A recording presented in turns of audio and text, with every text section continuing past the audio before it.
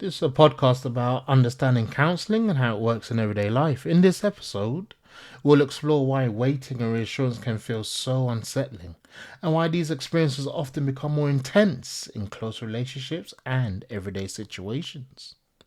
Waiting is a normal part of life. We wait for replies, decisions, outcomes, and clarity. Most of the time, it's manageable. But there are moments when waiting doesn't feel natural at all. It feels charged. Time stretches, attention narrows, and the mind becomes busy. Nothing's happening, yet something feels active. This is often where overthinking and reassurance step in. When there is a gap between now and what happens next, the mind tries to fill it.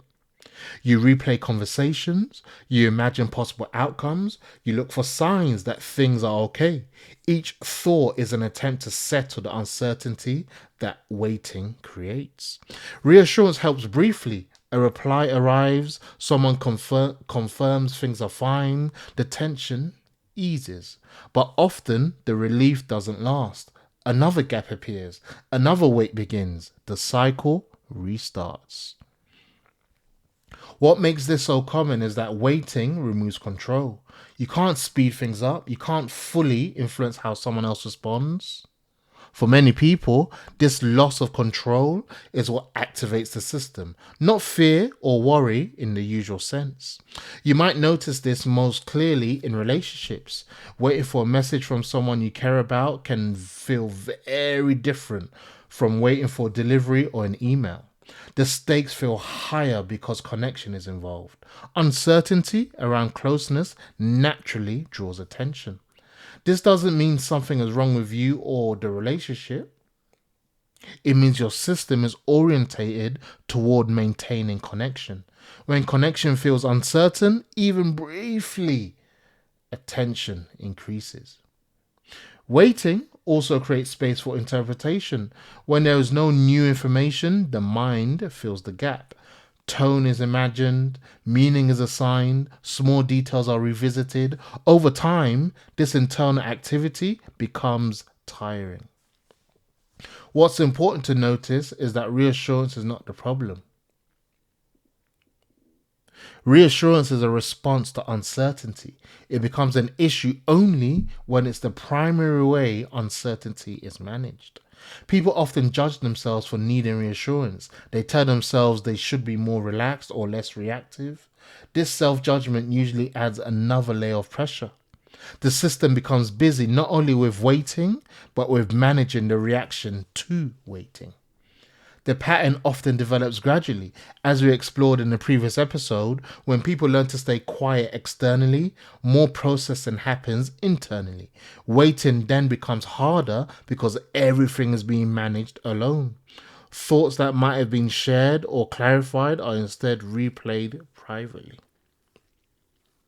Over time, the mind becomes the main place where uncertainty is handled. Overthinking becomes familiar. Reassurance becomes necessary. Waiting feels increasingly uncomfortable, even in situations that used to feel manageable. This can show up in very ordinary ways. Checking your phone more often than you intend, feeling distracted until you hear back, rewriting messages in your head. None of this feels dramatic, it feels practical, and yet it takes energy. Waiting can also affect how people behave. Some rush to close gaps quickly, others pull back to avoid the discomfort altogether.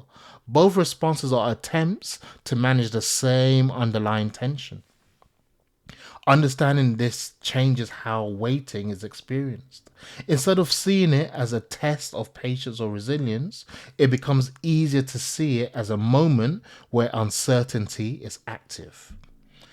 That perspective reduces self-criticism and brings clarity.